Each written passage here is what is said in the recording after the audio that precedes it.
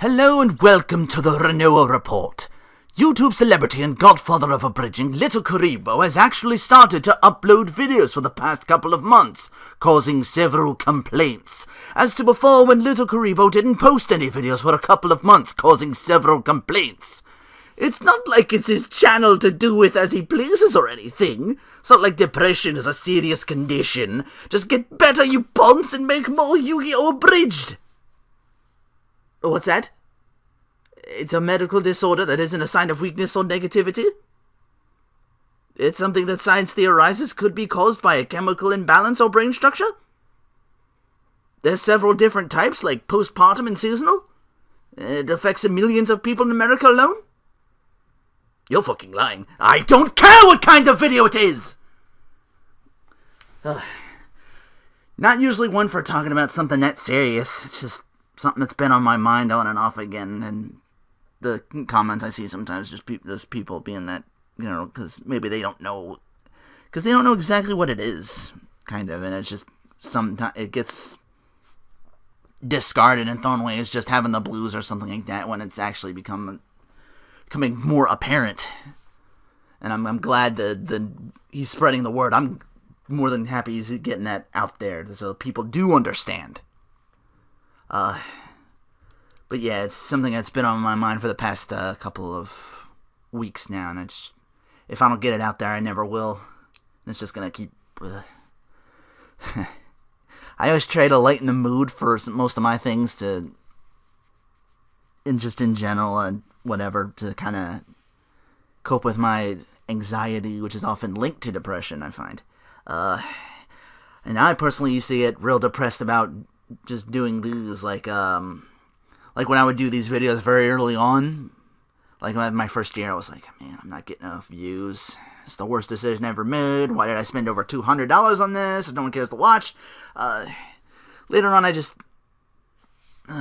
know, I guess I kind of helped myself out a little bit, because I just try to take that moment and just relax for a bit, and later on I just sit back and watch other videos, and just, a lot of channels aren't getting the views they should, I feel. Like friends of mine who they're much older videos, they'd get views in the thousands to tens of thousands. Now they're just scraped by short of 1,000 on some videos. There's just too much content now, and not everybody has that kind of time anymore. I know that, because I'm always on streams talking about, like, and podcasts, like, how far behind I am on Two Best Friend videos. I'm always going on about how I need to catch up on, not even just that channel, I just want to see more of KZ's content. I'm still on his Pokemon run. Phantom Savage has been uploading like a beast this past couple months, and I'm so behind on that. I just finished his, Hotline Miami, playthrough, so I gotta really catch up on things. I just need to set aside just one day just to do that, just to focus on that and get a lot of stuff done. Another really, really big wave of just negativity and depression just hit me when I fell for Christina V hard. Because I knew I'd never have with her what I wanted, what I dreamed about having, and I at first thought, if I sing about her, if I put myself out there, she'll notice, something like that. So I made that video, and just doing that kind of helped me to get over her. And I realized, okay, wow, I'm being really fanboyish, and I sound like shit too. Like, man, I almost killed. Like I said on a earlier podcast, I just killed my voice doing that. It's just like a lot of, I don't know. I guess it was like a lot of high notes and being like very last minute or something like that. Now it's just. But yeah, just having that there, I'm like, oh, okay, alright. It helped me out in a weird way. I wasn't depressed about it anymore. I didn't think about it every single waking second. What do they call it? Catharsis, I think. Just expressing myself in those feelings, letting them just go, just not keeping them inside anymore, and I think that's why Little Karibo started making those videos and talking about depression in his own way, and how he copes with it in his way. It's his way of letting that go. And if you can help others cope with their depression and their problems, so much the better. all the time I see YouTube comments on not just his channel, but other things like, hey, your video helped me out today. Thank you. It could be just someone having just a bad day. Not even depression or that. But either way, I always felt really good about seeing those, even though they were never like mine or whatever. But, yeah. Because you made that person's day, and now your day is made too on top of that, That's why I never got the whole acting like a troll on the internet mentality. Never got it whatsoever. I don't know. Maybe I was just raised not to be an asshole or something. I gotta thank my mom and dad after this. Thanks for raising me to not be an asshole. I don't know. My philosophy is if you're gonna be a jerk off on the internet, just jerk off. If you're really lucky, you can put the time in and get someone else to jerk you off or jerk off with you, even, I would much rather waste time on that. Sounds really creepy, but rather than get angry and salty or ruin someone else's day just because my day's fucked. I never understood that, KZ on a podcast said, if I can make someone laugh, I win. Mine is kind of like that, for myself, my videos, like, if I can laugh at my own stupid jokes or the shit that I do, I win, and if someone else wins, I'll win that much more on top of that. That's why I was, like, really ecstatic and, like, really, really trying to get that, the second year of my, funniest moments video. As long as that took, as long as that got, it never felt like, oh man, it's like work, and I was like, I don't want to do this. I was like, it was a blast to make that, man. I just, from start to finish, just everything I put into that, like, it was a real labor of love, And it's just like, wow, I really want to make this. I want to make this as best as I possibly can. I really want to just work on this. I was just cutting things out and like pasting it together, trying to make it a bit more, like, not just like my first one was just like a list from start to finish of the things. This one, I move shit around just a little bit, like the beginning was just like all over the place here and there, and if I had like running gags or jokes, I'd throw that in there as well as more focus on that. I was happy doing that, and I loved what I do. I love making videos now. Just if I can just do even this is just like, yeah, I wanted to do this, and I'm sorry it's taken me a day to do it. By the way, it's just been like just scripting it took longer than I thought it would, and by the time I was done, I was like, oh man. I don't want to record now. I'll wait till tomorrow so I have more of the morning to myself, because that's when I do these. But yeah. On Ask.fm, someone asked me, like, how do lesser LPers and content makers in general just get more views over those super popular and well-knowns like PewDiePie, for example? And to close this portion of the segment, this beginning here, like, my answer to that was,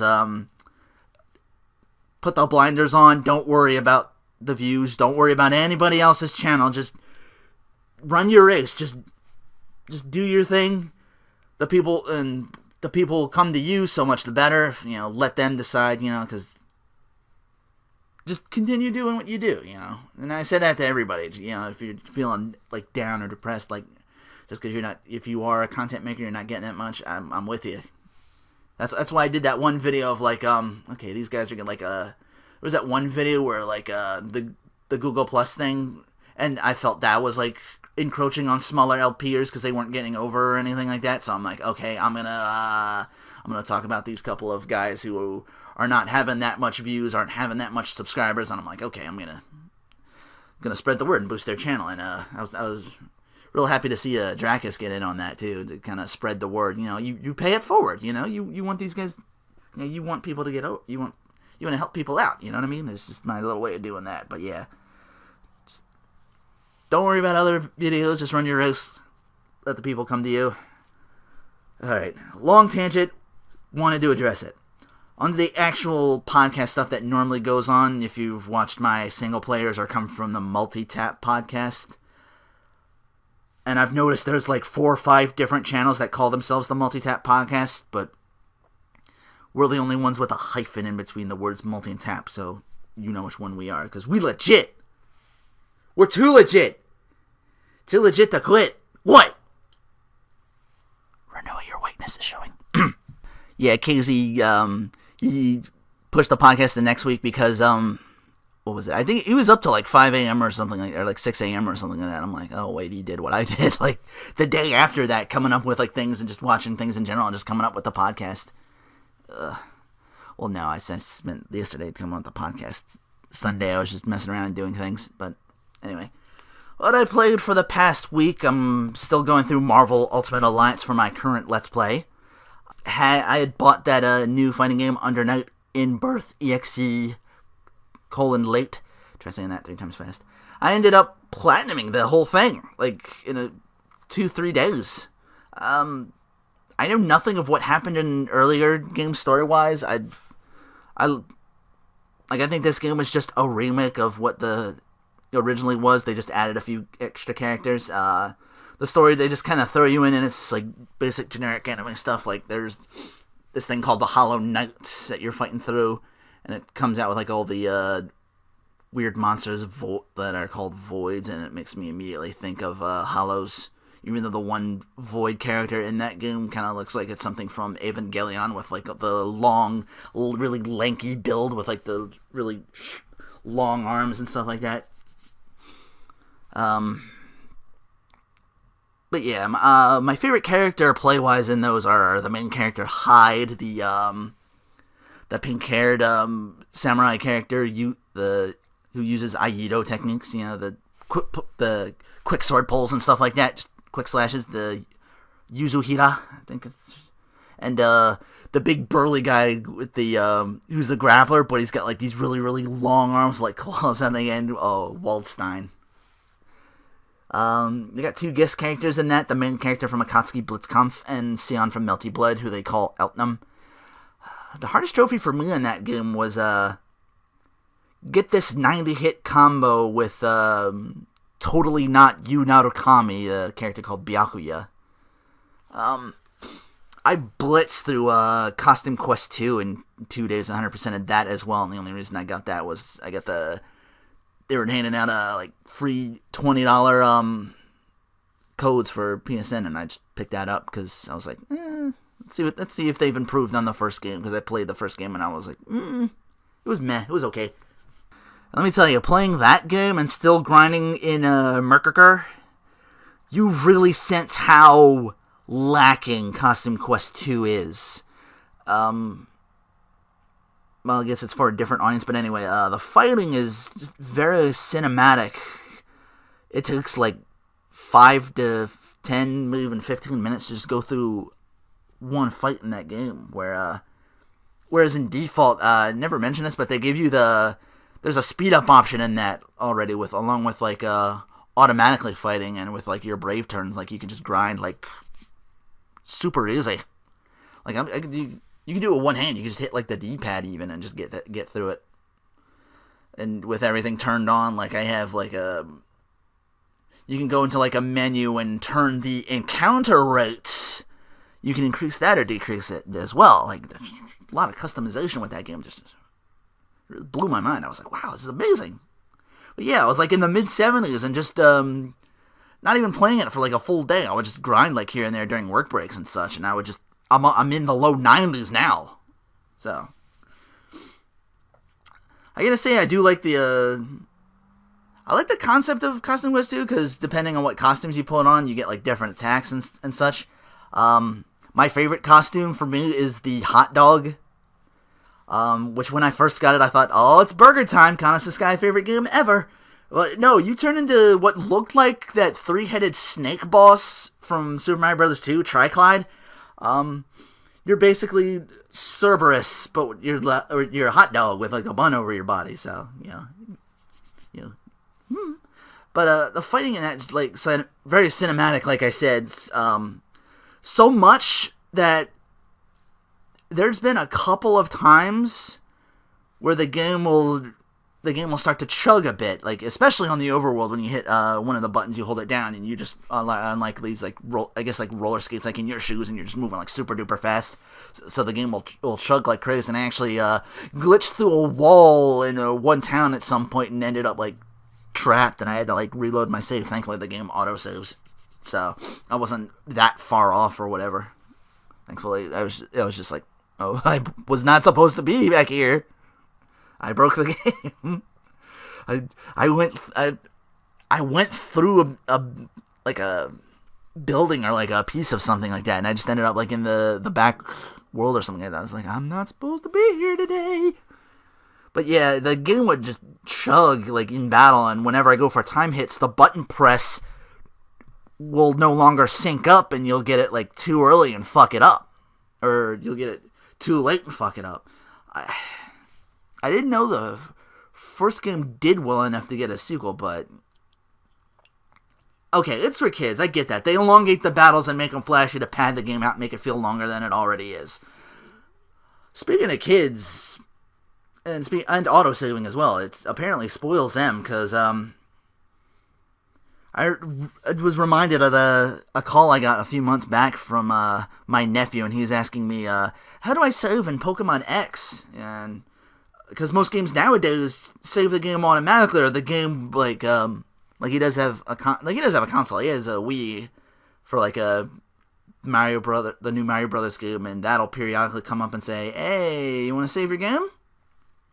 So he didn't know he had to actually push like it was like the Y or X button to like bring up the menu to save your game, or you can do that touch option thing, like flip through that or something like that.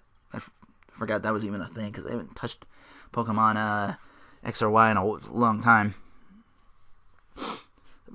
Speaking of Pokemon, I'm still going through the Pokemon Shuffle. Oh, man, that Mega Mawile took me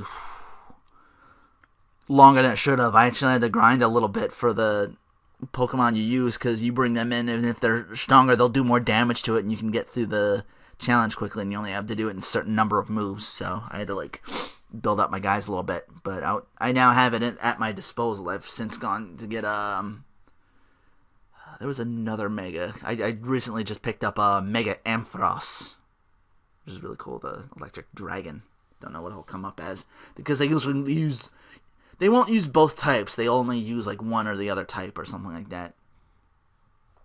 And I'm getting a lot of the, like, daily Pokemon, which is the, it's either Meowth to get, like, a bunch of coins, or they'll do the Rotom series of Pokemon, like the alternate forms, like the fan and the lawnmower, and they'll use that secondary type, like the fridge will be ice, the mower will be grass, you know what I mean? But yeah, that's what I've played this week. Now, to gaming news, I normally do not go outside of fighting games for my particular section of gaming news, but I know on the 17th, the Guided Fate Paradox is getting a sequel. That game you might have seen me, like, a couple of videos I stream. It's the one where, where I turn into things, and it's like, there was, like, that one battle where it's, like, Christina V clones everywhere, their character, Misael. It's the one game where it goes, Christina just, wee-oo. It's horrible. But yeah, they're getting a sequel, kind of. And it supposedly takes like a good couple decades, like after the fact or something like that. It's called the Awakened Fate Ultimatum. You play as another young boy. You need to stop playing with that because it's showing up on what you call it. Sorry. But yeah, you play as another young boy being tasked as becoming God, but this game seems less about changing things for the better and going a little darker with the whole ultimatum thing. Like, it seems more choice-driven, like Tales of Xillia 2. Right away, you get two new characters. One that is an angel and exclusively assigned to you, and the other one who created the awakening crystal, like your particular means of becoming God, and is revealed in the trailer that she's actually a devil. Even though both girls had their way of saving your life, they're still both in danger, and you as God have to choose, apparently, who lives and who dies. So, starting off like really, really a lot darker than the first game. Not that the first game didn't have dark moments as well, but, it's a niche game, so it's like very one end of the spectrum to the other, The God mode feature in the previous game is back, but it's a little different this time. They call it Deitize, and you can go and it's like one side is like an angel, one side's a devil. Like, you go into an angelic form on the main character's body and be like a physical powerhouse, or the devil side be more of a distance-based wrecker of shit, I recognize already some very familiar VAs. The main character is Johnny Young Bosch. The other girl revealed to be a devil I think that's Lauren Londa. They sound like lychee to me because I'm like thinking. Kira Buckland plays one of the Demon Generals. Enhancing looks like it's taken a bit of Zillia 1 kind of, because it's not like a grid, it's a little like wing base or something like that. I guess they still like slot things like your attack up and such like that. But it's mostly used to just enhance yourself and the two forms you can throw out there. The trailer didn't show what really always got a chuckle out of me, the first game where you see me like in depending on what items and weapons you equip, like in battle, you take that form in battle and you just like different things, like depending on what you equipped. Like during battles, it could have had like a horse's head and a scorpion's body with angel wings and 2 robot hands. I hope that's reflected here again. Like reflected in this game, like some parts are more angelic and some more demonic. Like there's this whole process of this enemy triumphs over this enemy type and vice versa. It's like good, evil, evil, good, you know? I don't know. I'm just thinking like if you could do like an angelic side, you'd have like the halos and like the spears and such like that. Like demonic would be like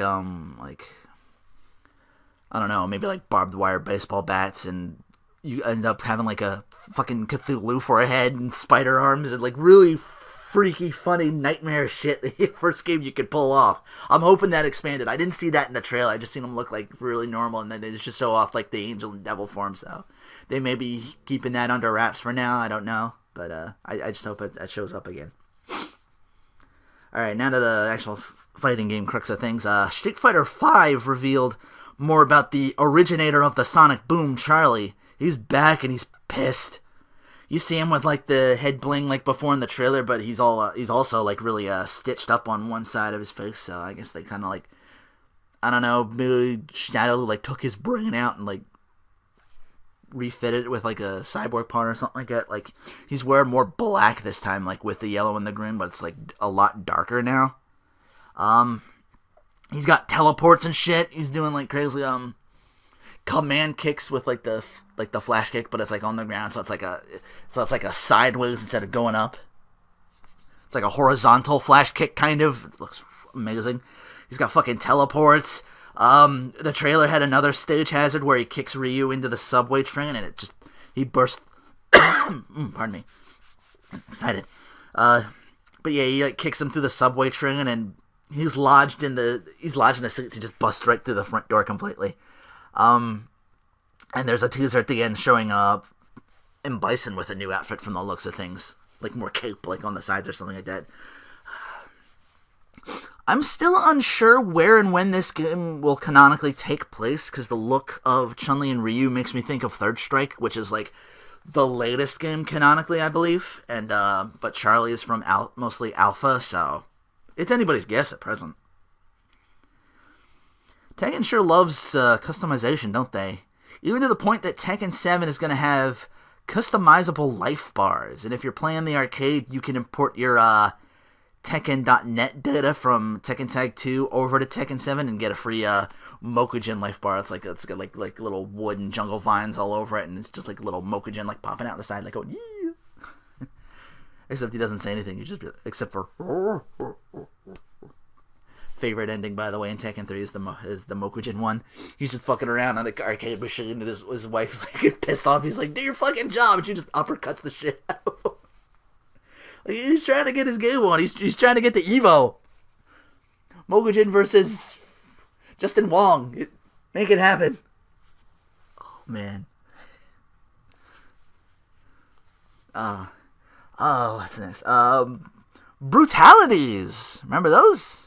Much different in Mortal Kombat 10 than they were in the MK3 series. They look like fatalities on a smaller scale. It looks like it's got to be like the life bars. It looks like it's you gotta do something. I know it's like on the last hit of like a combo. Like if you're about to KO a fighter, it's like going into that. It's kind of like reminiscent of how Killer Instinct 2 and K.I. Gold would do their fatalities, because you didn't like put them in like a stun state. You just get them with like you just hit him with something like during the combo or something like that, or if he's in the red, it'll just go off. They're very condition based from what I've read. Some say they're simple, like ending the fight with a throw, and it looks like. But yeah, I saw apparently there's over 100 of those. I also saw the story trailer, which revealed, I guess, like seems centered on Cassie Cage and her Special Forces squad or something like that. Like they're in Outworld or something like that for the most part. Reveals characters old and new. It also revealed Raiden sealing off Shinnok in his all too familiar amulet, if you're familiar with Mortal Kombat 4 and Gold. That's two games named Gold, K.I. Gold, MK Gold. It's kind of weird how they did that. In Pokemon Gold? Gold. But anyway, the story trailer, it revealed Melina, Rain, Sindel. Apparently a lot of the special forces are related to older characters in the series, like Jacqueline Briggs, Kenshi's son Takashi Takeda, Kung Jin, who's a descendant of Kung Lao, and newcomer Aaron Black. So yeah, it should be very interesting. I looked at like some of the trailers for that. It looks like they're keeping things like really simple. Like there's, like I was like, where's like okay, it's like where's the life bars? And it's like just these like white thing. It's just like these white lines with like a little border, and it's like up top. It's like way up here, and they're like really small. And then there's like the X-ray things, so like all their moves. It's like way down there. So it's you're seeing like, it looks like you're seeing like 90% stage. Like they're really bringing that out, and that's what I guess that's what they are trying to go for by keeping them simple. You can like you're drawn to like the fight itself and the stage, and you're not really like looking at meter or something like that, which I guess less is more, but it can kind of be distracting if you're not like really paying that much attention to meters or something like that. So I don't know, it's just something I thought I'd point out. But anyway, a new segment I wanted to try, and I'm remiss to call it Waifu Watch, because even though I made that name up, it was meant for Tales of Crude, so I will name my segment Scoping for Renoa. This segment, I won't be doing it every week because I'm not always checking, but I figured it was just something else I could talk about. It'll go out to some lovely ladies I've seen in forms of media and I've taken notice to for a little while, and be like, hey, how you doing? I just thought of it during the last podcast, and I wasn't sure if I wanted to do it there and bring it up, so I figured, give it a little test run here, see what they think. I'm not always checking, so I just happened to stumble on these two, and then the scoping begins, because I wanted to know more about them. The first lucky lady goes to Sandy Rojas, aka the Papushi on YouTube. I don't know if she still uses the Hanan V1 Britannia or not. I've been I subscribed to her channel like a couple of years back and been kind of on using. But the thing I wanted to touch on, I just remembered.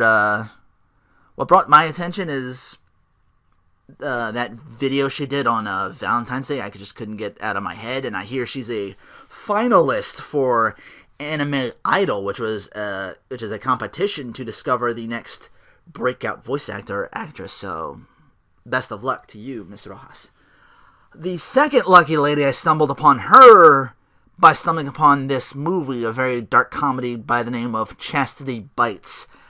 The plot is about the Countess of Blood, Elizabeth Bathory, using a method of, like her big thing back then was her being like one of the most notorious serial killers because she thought using the blood of virgin girls would keep her youth.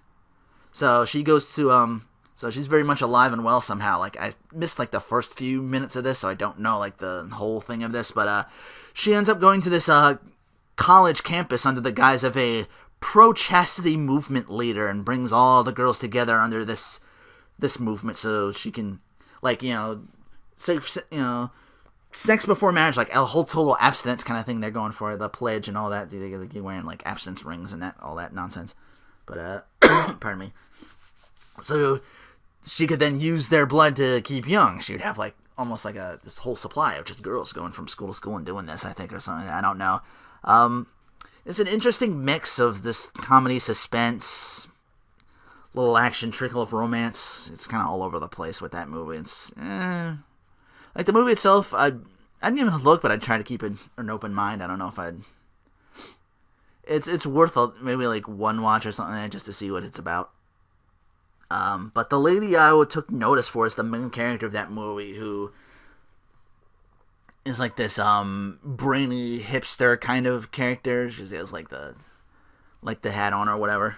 Not a fedora, but I know she's been in a lot of things. She's a star of stage and screen. Her works include Drake and Josh, and more recently Warehouse 13. She goes by the name of Allison Scagliotti, and could not take my eyes off this woman for the remainder of the flick. Like I don't know, like her smile was just. You just notice they both have like really, really amazing smiles, both girls that I've covered. But before I get into like really, really creepy, I'm just gonna go jump right into the crux of this podcast. I'm gonna try my best to cover Fastlane, Raw, and Smackdown. Just 8 hours of wrestling compiled into however long this is gonna take.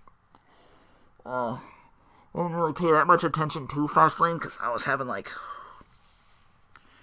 because it just came like from the podcast, and I made myself laugh like so hard. I actually gave myself like a really bad headache. Like I try like, like if you get me like really, really laughing super hard, I'll just like really hurt myself. And I guess I don't know. Maybe it's like a defense mechanism to keep myself from dying laughing or something like that. Because like if I start to get the headaches, that's usually enough to like bring me out of it. I'm like, okay. It's like, ow, okay, we're not laughing now, we're stopping. I'm calming down now.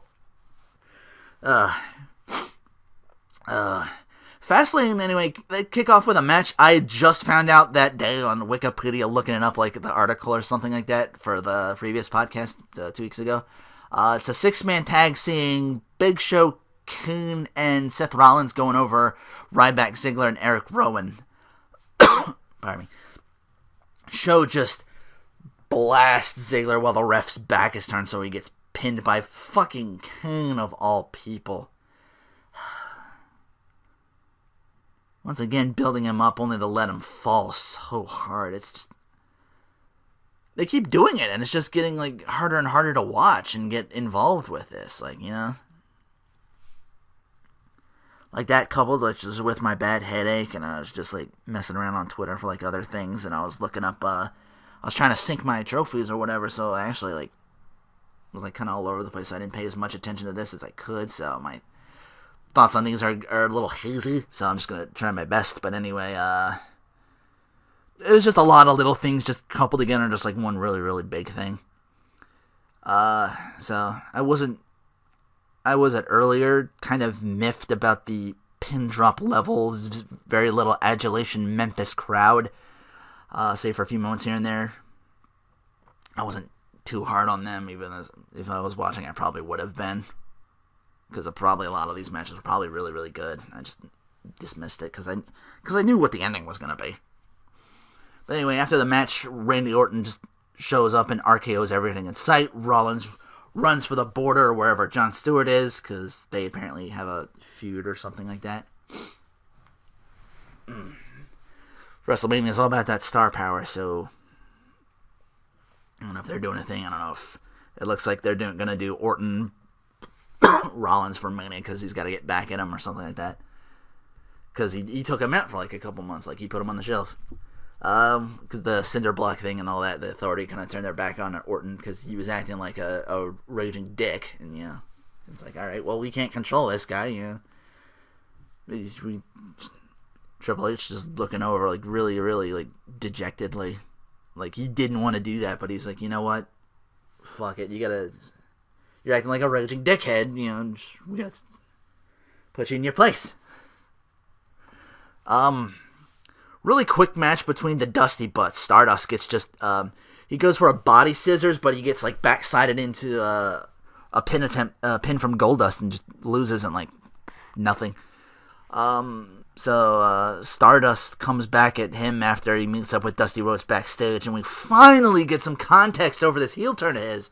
And it's what makes Cody Rhodes such an amazing talent, because he knows his gimmick and he plays it to the hilt no matter what gimmick he's given, and he knocks it out of the park every single time. Like, he's always someone you gotta watch, someone you pay attention to. So he's acting all vaguely... You know what it is? He's kind of acting like... I'm reminded of the character Him from the Powerpuff Girls. Like, ooh, Stardust. Like, yeah. He's not he's like angry, but he's not like raging angry, like yelling angry. He's like quiet, almost quiet, like seething at him. Like, yeah, you know, don't call me Cody. It's you killed him, because I'm not living in your shadow. You're living in mine. And he just walks away after he's taking out Goldust and throwing him into like the boxes, like I guess the carry boxes or whatever they're called, like them boxes with like the little wheels on it or something like that, just like flying or whatever.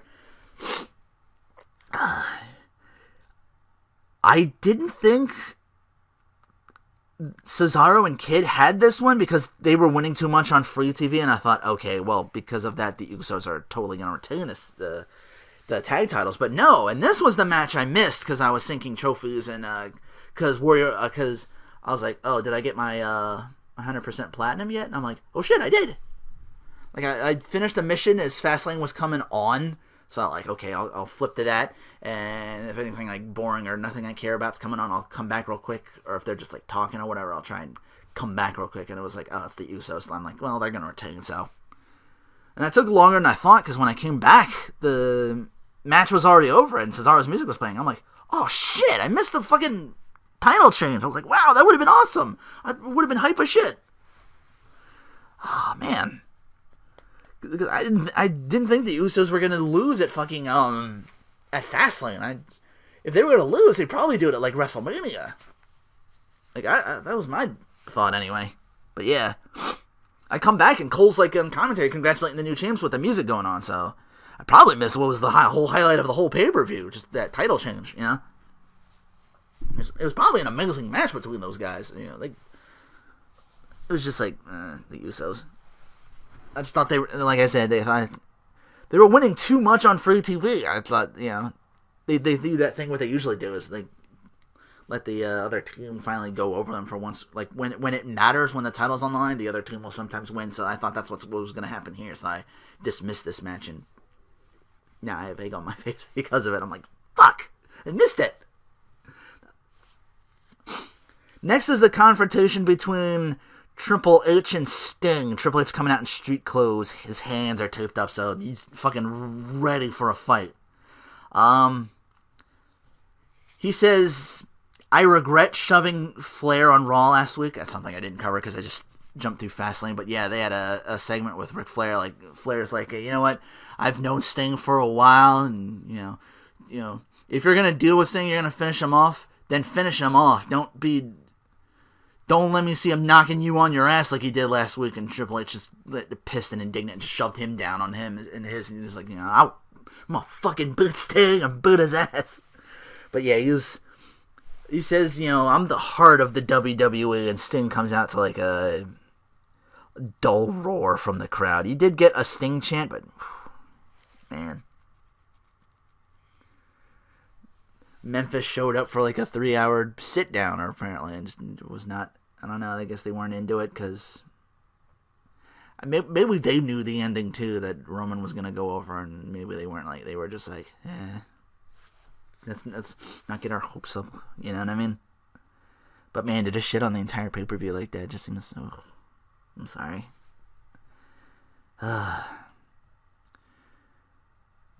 feel like if Jerry Lawler had a match, even they would probably get like good 10% of the crowd to be like, yay, Jerry Lawler, and then they realize, oh shit, he's gotta wrestle. And they won't do that because, if you had like fucking heart surgery, they're not letting you do that anymore. So they'll put him in segments, but I don't think they'll let him wrestle anymore. I don't see it. It would be like very, very, very classless to do that now. But yeah, Sting comes out, Triple H is like, I admire you for going down with the ship with your head held high. You were WCW, but that's over now. And it's because of guys like me that helped put that company out of business. He says, it's my legacy to take you out of this company. But I understand why you came on Survivor Series to try and put me and Stephanie out of power, but you failed. And much like WCW and you, at the end of the day, failure is what you do. But you know what? I can look past this. I'm a businessman. We can do what's best for business. You can turn this away. I can forgive you. Your legacy can live on through the network, DVD, merch, so on. I may even put you in the Hall of Fame. Some fans are actually cheering for this. A couple people. But Sting's just being Sting. Like, he's clearly not budging. He hasn't said a word to him at all on this. But he doesn't budge at all, which Triple H of course takes as no. So they go at it. Triple H is about to hit Sting with he does hit him with the mic. He gets a shot. He does get a shot in and goes for his sledgehammer. But Sting's classic Sting, the master of the hammer space, pulls a bat out of fucking nowhere and puts it to Triple H's throat. It tells him it's like Princess Bride is drop your hammer, and Triple H just drops the hammer in his other hand, and Sting uses the bat to point to the Mania sign, and so they make that official, and he's about to charge at Sting, but when Sting's about to leave the ring, he's about to charge him in, Sting, he immediately turns around, just bam, bat to the gut, drops him with the Scorpion Death Drop, and takes off. Nikki Bella fights out of a submission from Paige. Nikki breaks it and pulls Paige in the turnbuckle, and then a handful of tights to help her retain. A nothing match. Lousy March weather. It's not doing me any favors. Alright. Anyway. Dean Ambrose continues to lose in bullshit fashion on pay-per-views after he beats on Barrett into the corner for the Intercontinental title. So, because he doesn't back off, the ref DQs him. And then Ambrose continues to just beat on Barrett and walks away with his title. He just leaves. He just takes his title. And this hours before in the pre-show, where he said that the Intercontinental title used to mean something. It used to have prestige. All the greats all the great men who wore it, like Razor Ramon and don't even remember the names because I'm so pissed off. I guess the Macho Man. He's been Intercontinental Champion before. Greatest Intercontinental Champion that ever lived. Yeah. But yeah, he says, I'm gonna beat Barrett tonight, and I'm gonna bring that prestige back. So naturally, it's now being held hostage by someone who stupidly got himself DQ'd. Great.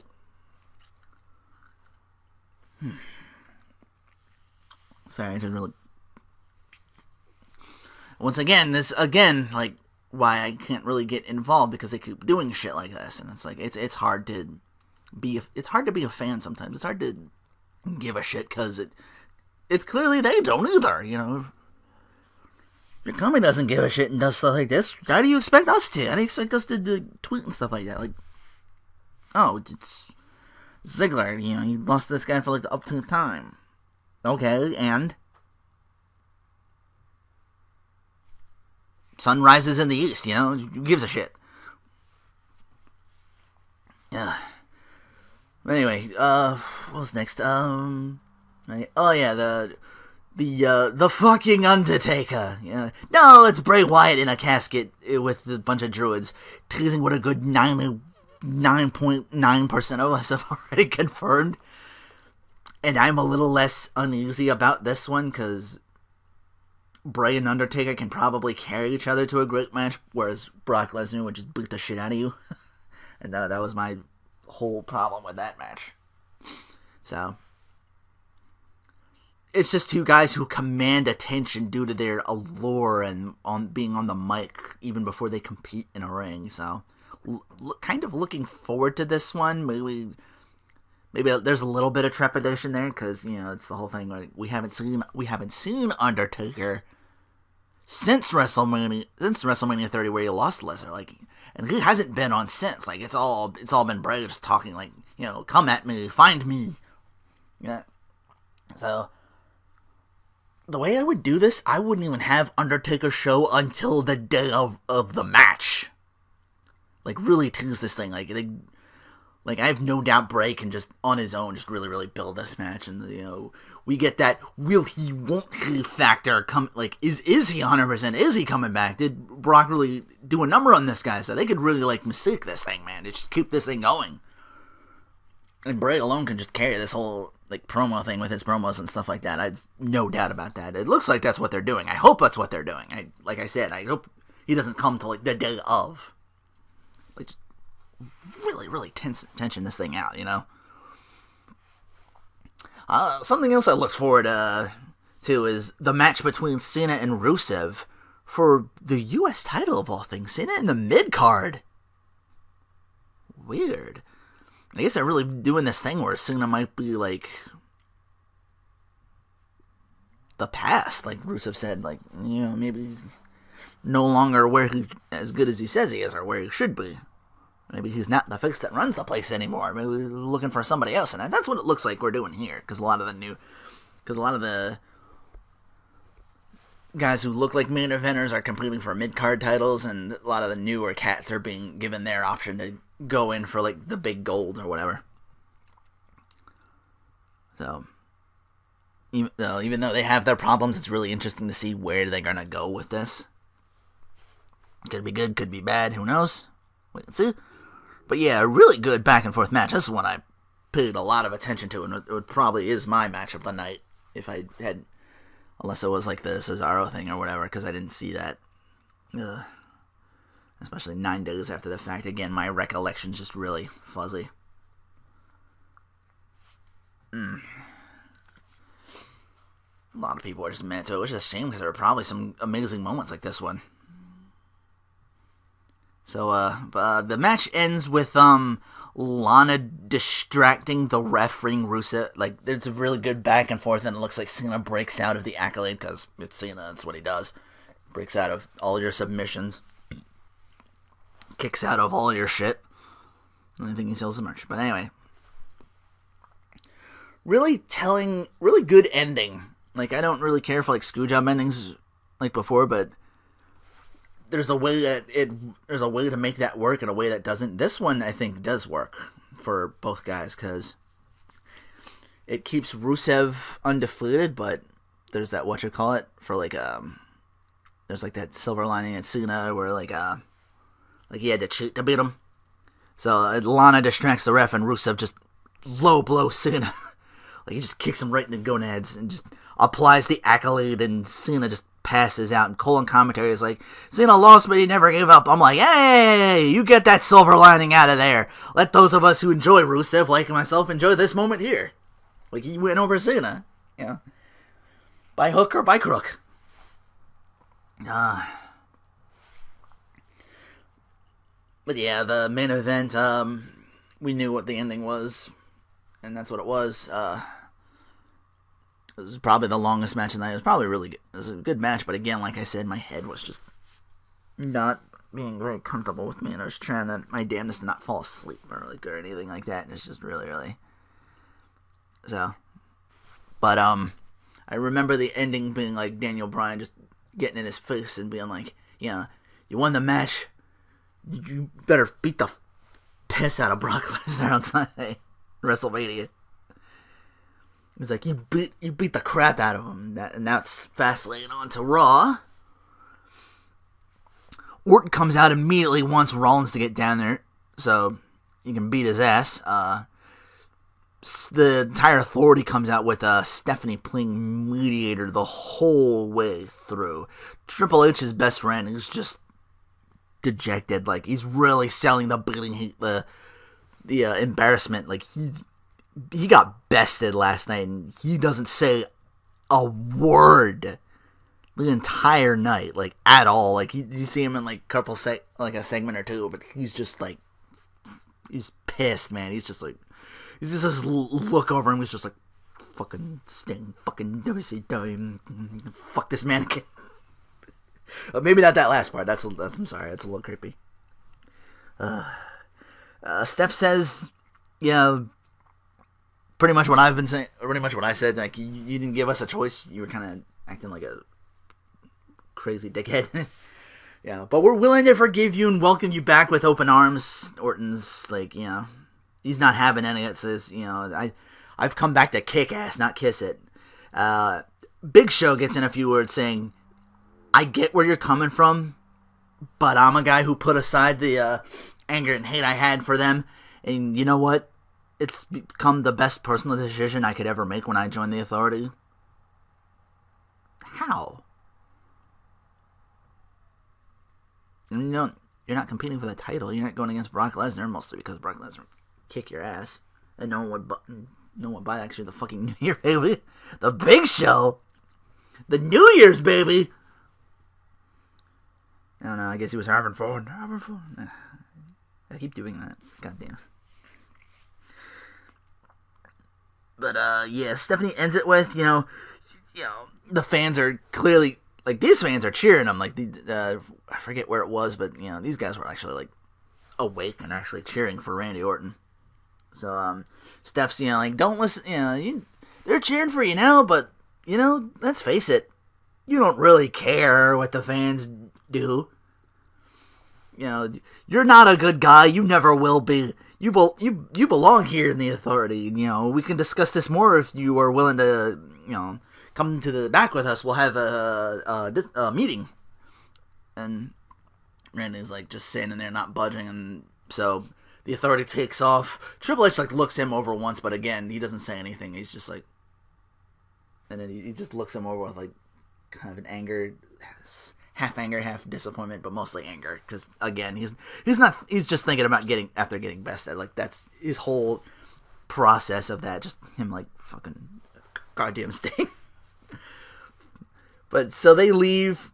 After a minute, he's in the ring by himself. He's like, hey, he gets on the mic. He's like, hey, you know what? Yeah, I'll come to your business meeting. I'll come to meet with you in the back.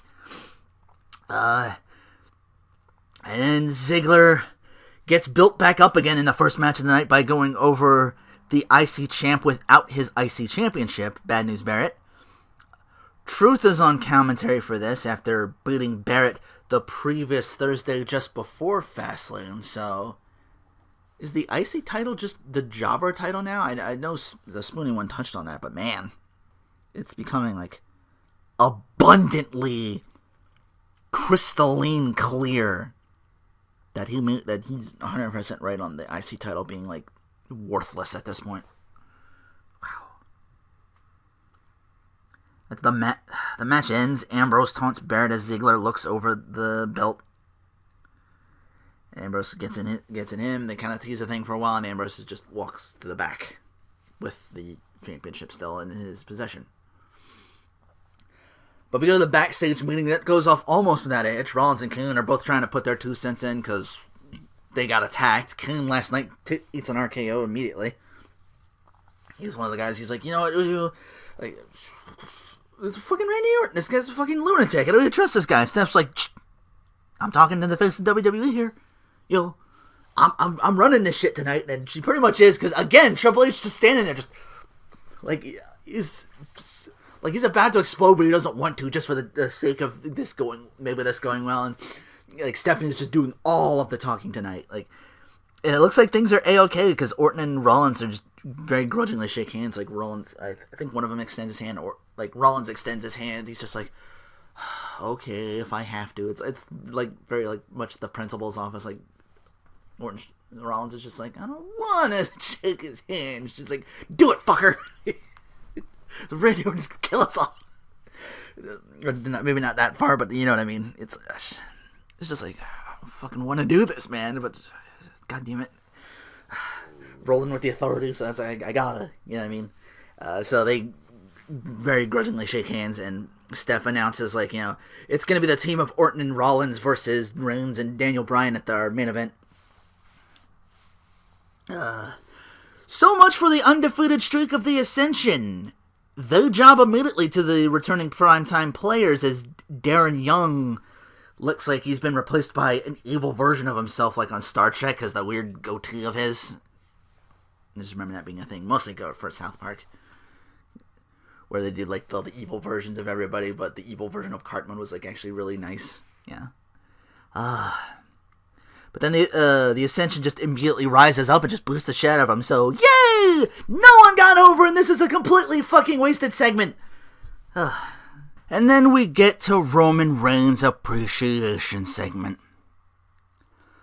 Reigns declares he's going to Mania, and Bryan interrupts. He says, I knew you deserved to get that shot last night, but like a lot of the fans, I was booing inside. And then I was the biggest Reigns doubter there was. Yeah. He talked about his look and size. And I've seen a bunch of guys who have that, but not even half the heart that I have. And that's why he says that's why fans don't like Reigns. And why I didn't like you at the beginning. I go on to say, I put it on the line in Fastlane, and, sir, you beat me. So Daniel Bryan shakes his hand and says, if there's any superstar I want to team up with in the main event, it's you. And like I said at the end of the pay-per-view, you beat the crap out of Lesnar.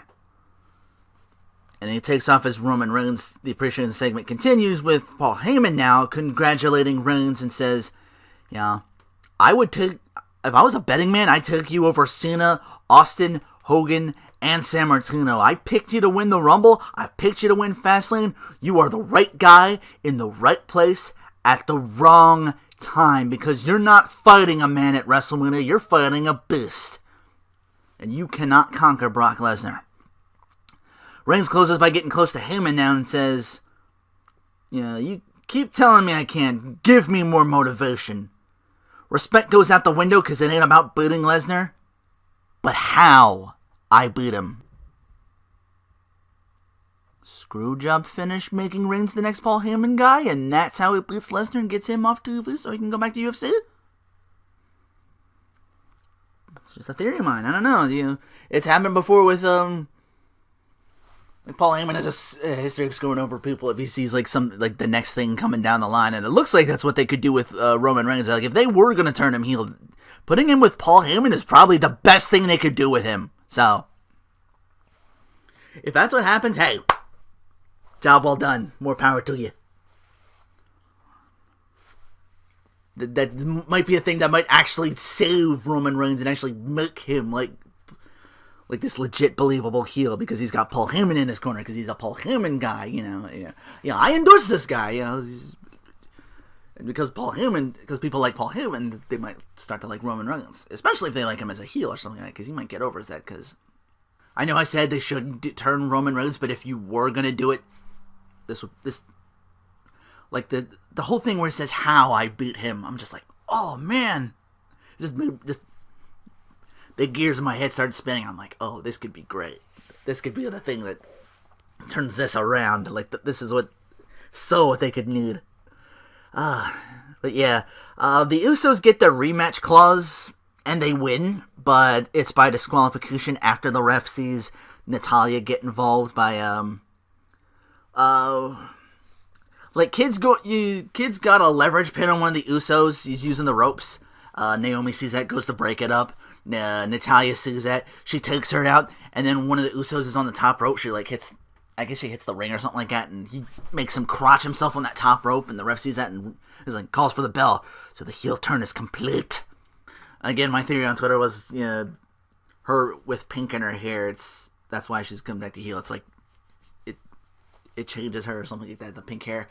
I actually liked her really look early on when she was heel, that brunette look she was working with. She was,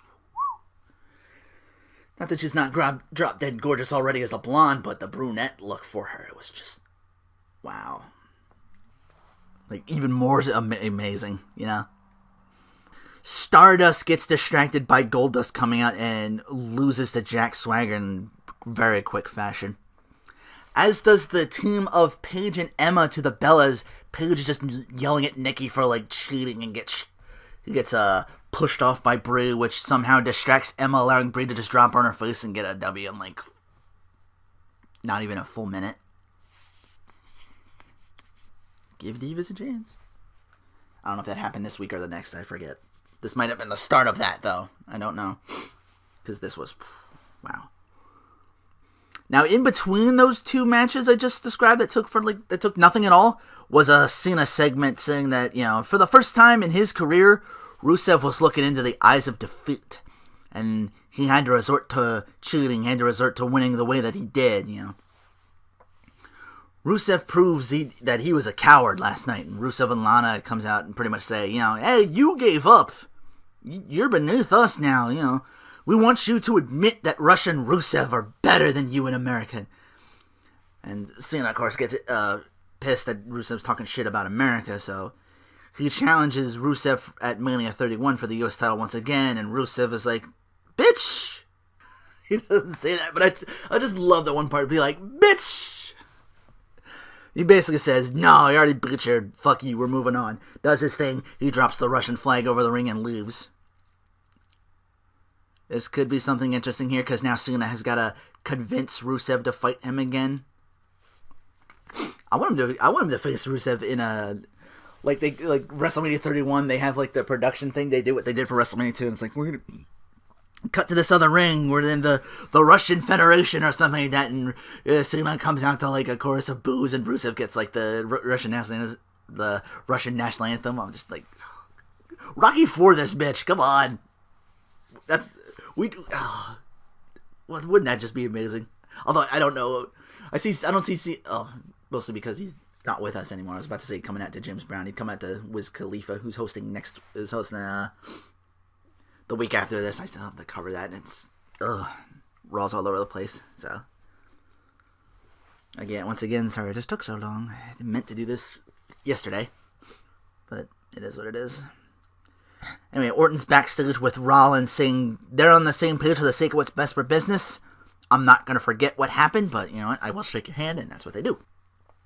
He has his goons back. He is like a security back there, and he's like, you want to talk business with me? You leave the door so out of this, Axel Mania! Do not turn off the podcast! Curtis Axel says he's been in the Rumble for almost 30 days now because he was never eliminated. And that's true. He got beat up by Rowan and he was just left there. So he declares his Mania moment is going to be winning the Andre the Giant Memorial Battle Royal. So I guess they're doing that again this year. I guess it's going to be a yearly thing. His opponent is Ryback, who quickly dashes my hopes for a Rybaxel reunion. Says he too is entering the Battle Royal and just squashes Axel. Main event time for Raw. At some point during this match, Daniel Bryan is about to dive in on Rollins, and Orton's just like, no. He just grabs Rollins and just rushes him to the corner of the safe side. He's like, so good guy Orton. He's actually doing his thing. He's helping him out, and they're putting on a really good tag team match together. So far, so good for that team for most of the match until Orton, he has Reigns. He goes for that thing on the ropes. It's like a DDT, but the opponent has his thing on the ropes and he's about to drop him on the floor or something like that. He's about to do that, but Rollins, he wants a piece of Roman, so he tags himself in, which pisses Orton's off. So Orton's just like, fuck it, I'm gonna hit the DDT anyway, just go. Kane and Show are on the outside, by the way. The rest of the authorities out there just trying to calm him down, just trying to play peacemakers here. But anyway, with a minute he tags in, he's about to curb stomp Reigns, but he gets up and punches him in the face. Then Daniel Bryan tags himself in, and Roman is just whatever, mildly smug, keeping that going, I guess. And Daniel, he hits the knee and wins the match. And afterwards, they get back, they leave the ring, and Orton's in the ring looking over Rollins beating in the corner, trying to hold himself up, kind of, because he just got he got punched and then the knee, so he's selling it he got hit in the face twice so he's just really, really selling it, and Orton's closing in on him. And you'd think Jamie Noble would fucking know better than to brush up behind Orton, because that's what happened last time. Because it doesn't take Orton a second to just immediately RKO. He just boom, holy shit, literally out of nowhere, wow. And he just looks at Rollins he gets close to him, And he's just like, yeah, better luck next time, I guess. Yeah, we lost that match, but hey, good job out there. He just like, he doesn't do anything to him. He's just like, so, and Rollins is just like, the fuck? So, Orton maybe having biding his time, like slowly slither it in or something like that. He's just fucking with Rollins as Raw closes a little bit. Like, he's just getting in his head, and I like what they're doing with this, but that's Raw. SmackDown opens with Daniel Bryan, like, he's getting the yes chance, and the people, he's screaming, no, reminding the crowd, that's what I used to say when I was frustrated about not getting any opportunities. I want to thank you guys for propelling me to WrestleMania last year, my win over the odds. He spoke of his injury and return and how he got the opportunity to get all of that back at Fastlane, but I failed.